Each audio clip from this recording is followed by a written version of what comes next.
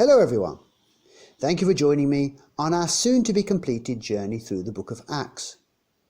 As always, I hope you enjoy this brief overview of the chapter, and I encourage you to read and study it for yourself in more depth. Today we are turning our attention to chapter 27. Our reading is verse 1 and then verses 44 to 47. So this is Acts chapter 27, verse 1 and then 41 to 44. And when it was decided that we should sail to Italy, they delivered Paul and some other prisoners to one named Julius, a centurion of the Augustan regiment. But striking a place where the two seas met, they ran the ship aground, and the prow stuck fast and remained immovable. But the stern was being broken up by the violence of the waves. And the soldiers' plan was to kill the prisoners, lest any of them should swim away and escape. But the centurion, wanting to save Paul, kept them from their purpose, and commanded that those who could swim should jump overboard first and get to land, and the rest, some on boards and some on parts of the ship. And so it was that they all escaped safely to land. This is the word of the Lord. Let's begin by reviewing what happened last time in chapter 26. As you may remember, almost all of chapter 26 told the story of Paul's speech in front of King Herod Agrippa II. Paul had been held as a prisoner in Caesarea for 2 years while the Roman governor Antonius Felix dithered over what to do. Eventually Felix was replaced by Porcius Festus. His appointment encouraged the Jewish Sanhedrin to take action so that they could finally do away with Paul. The Jews arrive in Caesarea but are unable to persuade Festus that Paul is in any way guilty. Paul, when asked whether he would be willing to go to Jerusalem for a trial, declines. He quite rightly feels that he has been unfairly treated, and as a Roman citizen demands his right to have his case heard by the Emperor Nero himself. This leaves Festus with a bit of a problem. He must send an accompanying letter with Paul, but he doesn't know what to write. He needs some expert guidance. Fortunately, King Agrippa II visits him, and he tells the Jewish king all about Paul. Agrippa, who was an authority on Jewish customs and traditions, is eager to hear Paul speak. Festus arranges a lavish event during which Paul will provide a defence. Paul is happy to have this opportunity, and he speaks with great passion and eloquence. He begins by saying how he had grown up as a devout and pious Jew. He had been zealous for his faith and eager to persecute those who challenged Judaism. It had been whilst on a mission to hunt down Christians that he had had a dramatic, life-changing encounter. On the road to Damascus, he met the risen Christ. Suddenly Paul realized that he had been misguided. All that the prophets of old had pointed to had arrived. The followers of Christ were not teaching a dangerous falsehood, they were proclaiming the truth. Therefore Christianity was not something new or radically divergent from Judaism. It was the fulfillment of what was prophesied long ago. From this moment on, Paul would live to serve the risen Messiah and fulfill his mission of sharing the gospel. Paul's words provoke an interesting reaction from his hearers. Festus and many of the Romans think that Paul is crazy. They do not understand what he is saying and think he is defending absolute nonsense. King Agrippa, however, knows the scriptures. He knows that there is something in what Paul says, and he is almost, but not quite, persuaded to believe. The chapter ends with Festus and Agrippa talking about Paul's case. They agree that he is undeserving of being held a prisoner. He ought to be set free. However, he had appealed to Caesar, and therefore he must be sent to Rome. In chapter 27, we will read all about his adventure-filled journey to Rome. Let us now turn and have a look at an overview of chapter 27. I have neatly divided the chapter into 3 sections. In part 1, we get Paul's journey to Rome, and then part 2, his adventures on the high seas, and then thirdly, being shipwrecked on the island of Malta.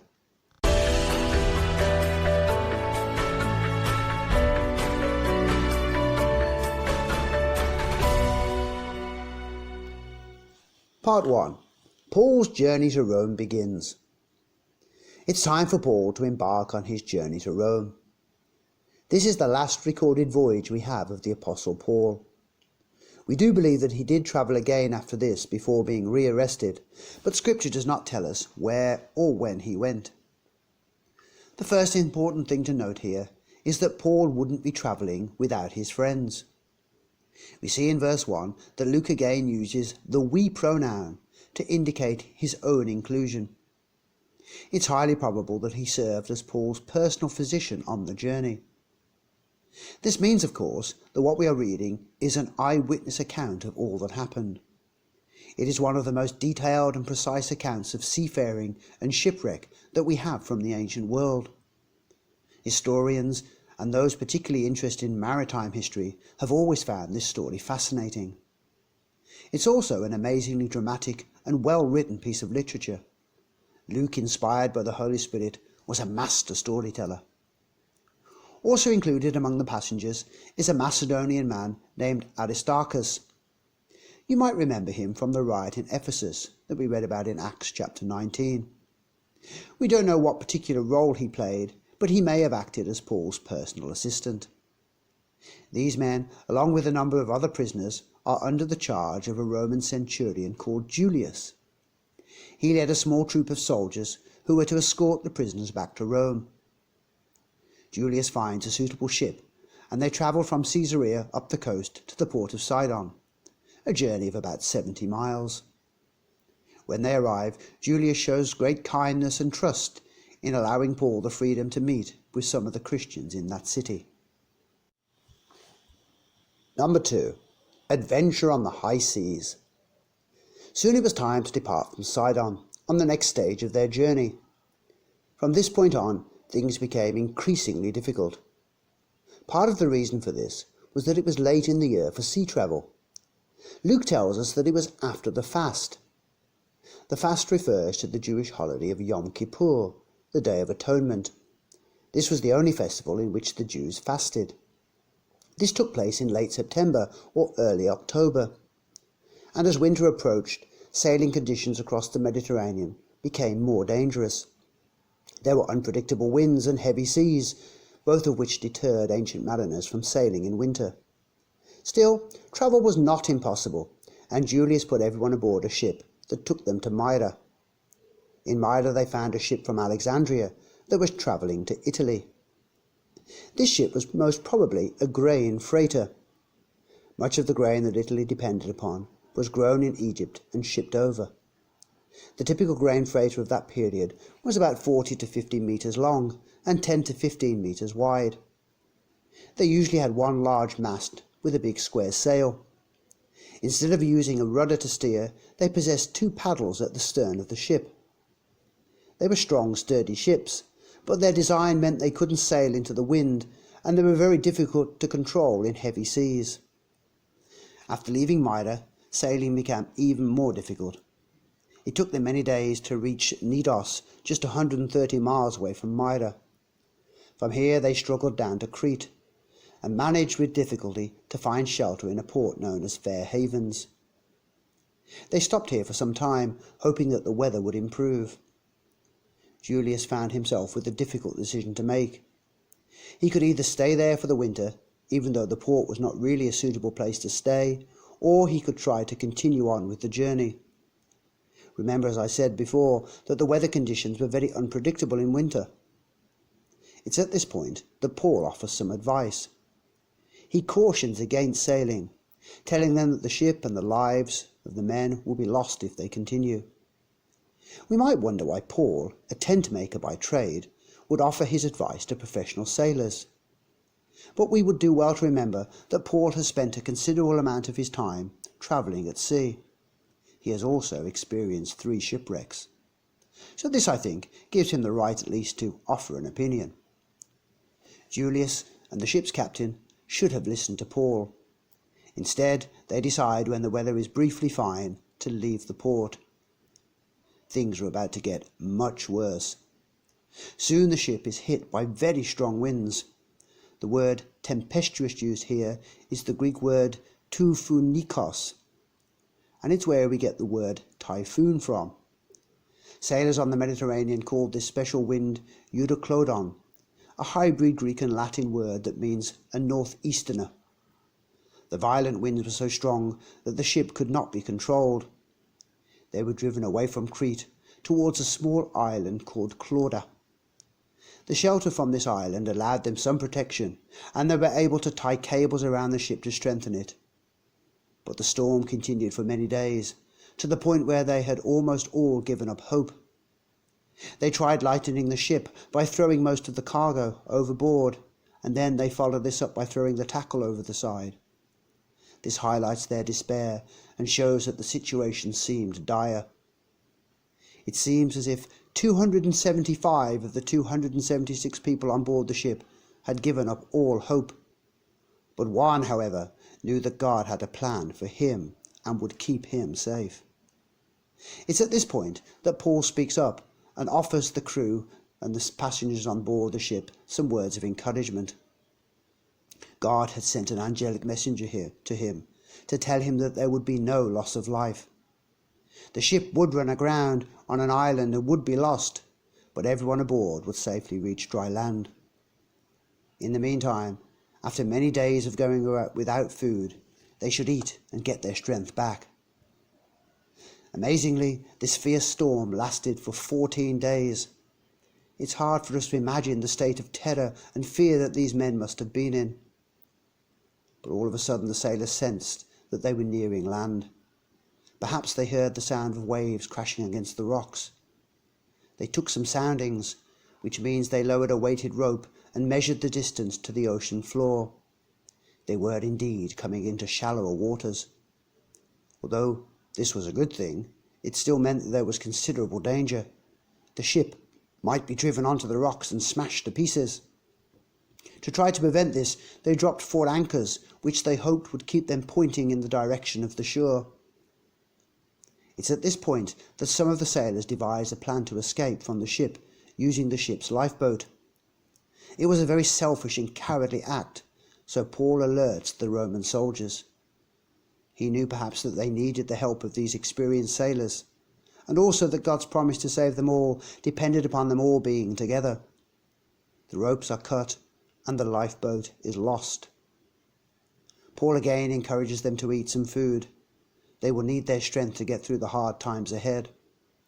Taking some bread, he thanks God, breaks it, and begins to eat. The others follow Paul's example.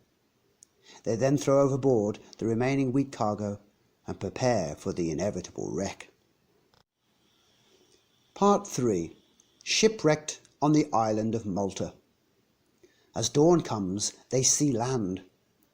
No one on board recognized the place, but ahead of them they see a sandy beach. This is fortunate indeed, because after a proper port, a sand beach was the next best landing option. The traditional site of the shipwreck on Malta is St. Paul's Bay, which is located on the northeastern side of Malta. The crew raise the sail and aim the boat at the beach. Things go well until they run into a shoal. The ship had hit a reef, or most probably a sandbar underneath the water, and was stuck fast. The stern of the ship was being pounded by the waves, and was soon likely to disintegrate. Luke tells us that the Roman soldiers realized that they had a double threat on their hands. Firstly, they would have to jump into the water and make their way to land. This, of course, was no easy thing to do. Secondly, if any of their prisoners escaped, they were, under Roman law, subject to the same penalty the escaped prisoner would have suffered. If as a guard you allowed a convicted murderer to go free, you faced the death sentence that was meant for them. Naturally, this was not an enticing prospect, so the soldiers decided that the best thing to do was to kill the prisoners on the ship. Fortunately, Julius, who seems to have considerable respect and consideration for Paul, stops them from doing this. He orders everyone to desert the ship. Those that can swim jump overboard and swim to shore. Those that cannot swim cling onto planks of wood or parts of the ship and float ashore. God, in his great mercy, spared all of them, and they find themselves cold, wet, and exhausted on the island of Malta. We will find out what happens to them next time. Things to think about.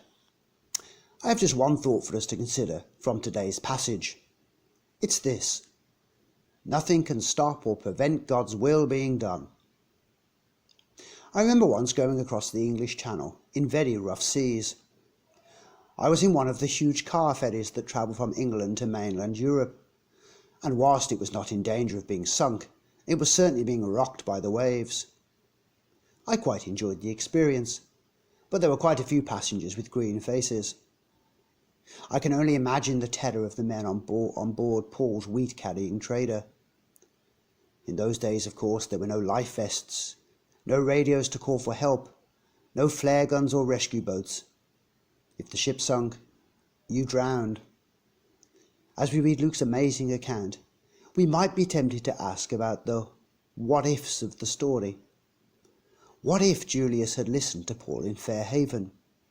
What if the storm had been slightly less powerful? What if the men had been too scared or sick to eat when Paul told them? What if Julius had been unable to stop his men from killing the prisoners? Of course, the answer to all these what-ifs is a sovereign God. His hand was over all. Nothing happened that he was not aware of or in control of. Paul, therefore, was not fearful or without hope. He was able to take charge and give both good advice and hope to others because of his faith and trust in God. Now today we too at times find ourselves in difficult and trying circumstances. We live in a world that is in the grip of a global pandemic. For many around the world, these are difficult and trying times. But maybe you have more personal concerns. Perhaps you are having problems at work. Maybe you have financial worries, problems with a child, or another issue altogether. We might at times think that these things are beyond all control, and that soon we will be lost or destroyed. We may at times become hopeless, just like the men on Paul's ship. But at such times we should remember Paul and his attitude. He had complete and utter faith in God. He knew that God would never leave or forsake him.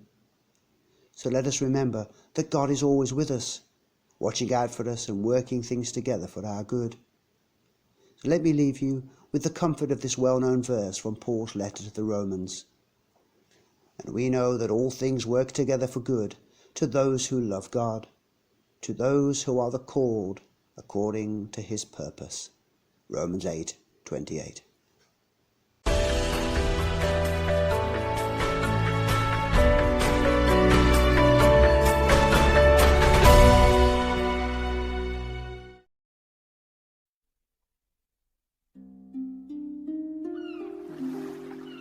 And when it was decided that we should sail to Italy, they delivered Paul and some other prisoners to one named Julius, a centurion of the Augustan regiment.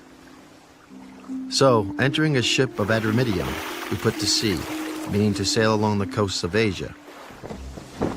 Aristarchus, a Macedonian of Thessalonica, was with us. And the next day we landed at Sidon. And Julius treated Paul kindly and gave him liberty to go to his friends and receive care. When we had put to sea from there, we sailed under the shelter of Cyprus, because the winds were contrary. And when we had sailed over the sea, which is off Cilicia and Pamphylia, we came to Myra, a city of Lycia. There the centurion found an Alexandrian ship sailing to Italy, and he put us on board.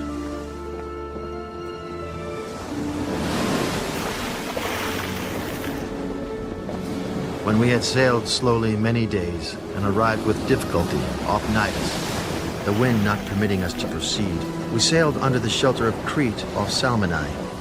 Passing it with difficulty, we came to a place called Fair Havens, near the city of Lasea. Now when much time had been spent, and sailing was now dangerous because the fast was already over, Paul advised them, Men, I perceive that this voyage will end with disaster and much loss, not only of the cargo and ship, but also our lives. Nevertheless, the centurion was more persuaded by the helmsman and the owner of the ship than by the things spoken by Paul. And because the harbor was not suitable to winter in, the majority advised to set sail from there also, if by any means they could reach Phoenix, a harbor of Crete opening toward the southwest and northwest, and winter there.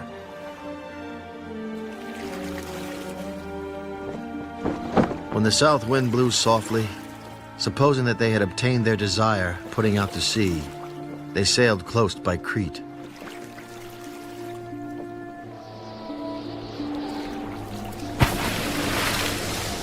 But not long after, a tempestuous headwind arose called Euroclydon. So when the ship was caught and could not head into the wind, we let her drive. And running under the shelter of an island called Clauda, we secured the skiff with difficulty. When they had taken it on board, they used cables to undergird the ship. And fearing lest they should run aground on the Syrtis sands, they struck sail and so were driven. And because we were exceedingly tempest-tossed, the next day they lightened the ship. On the third day we threw the ship's tackle overboard with our own hands. Now when neither sun nor stars appeared for many days, and no small tempest beat on us, all hope that we would be saved was finally given up. But after long abstinence from food, then Paul stood in the midst of them and said, Men, you should have listened to me, and not have sailed from Crete and incurred this disaster and loss. And now I urge you to take heart, for there will be no loss of life among you, but only of the ship. For there stood by me this night an angel of the God to whom I belong and whom I serve, saying, Do not be afraid, Paul. You must be brought before Caesar. And indeed, God has granted you all those who sail with you. Therefore take heart, men, for I believe God that it will be just as it was told me. However, we must run aground on a certain island. Now when the 14th night had come, as we were driven up and down in the Adriatic Sea, about midnight the sailors sensed that they were drawing near some land. And they took soundings and found it to be 20 fathoms. And when they had gone a little farther, they took soundings again and found it to be 15 fathoms. Then, fearing lest we should run aground on the rocks, they dropped 4 anchors from the stern and prayed for day to come. And as the sailors were seeking to escape from the ship, when they had let down the skiff into the sea under pretense of putting out anchors from the prow, Paul said to the centurion and the soldiers, Unless these men stay in the ship, you cannot be saved. Then the soldiers cut away the ropes of the skiff and let it fall off. And as day was about to dawn, Paul implored them all to take food. Today is the 14th day you have waited and continued without food and eaten nothing. Therefore I urge you to take nourishment, for this is for your survival, since not a hair will fall from the head of any of you. And when he had said these things, he took bread and gave thanks to God in the presence of them all. And when he had broken it, he began to eat. Then they were all encouraged and also took food themselves. And in all, we were 276 persons on the ship. So when they had eaten enough, they lightened the ship and threw out the wheat into the sea. When it was day, they did not recognize the land, but they observed a bay with a beach, onto which they planned to run the ship, if possible. And they let go the anchors and left them in the sea. Meanwhile, loosing the rudder ropes, and they hoisted the mainsail to the wind and made for shore. But striking a place where 2 seas met, they ran the ship aground.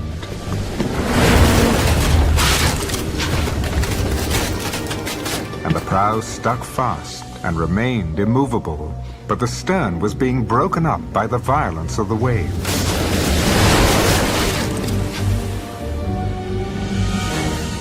And the soldiers' plan was to kill the prisoners, lest any of them should swim away and escape. But the centurion, wanting to save Paul, kept them from their purpose, and commanded that those who could swim should jump overboard first and get to land, and the rest, some on boards and some on parts of the ship. And so it was that they all escaped safely to land.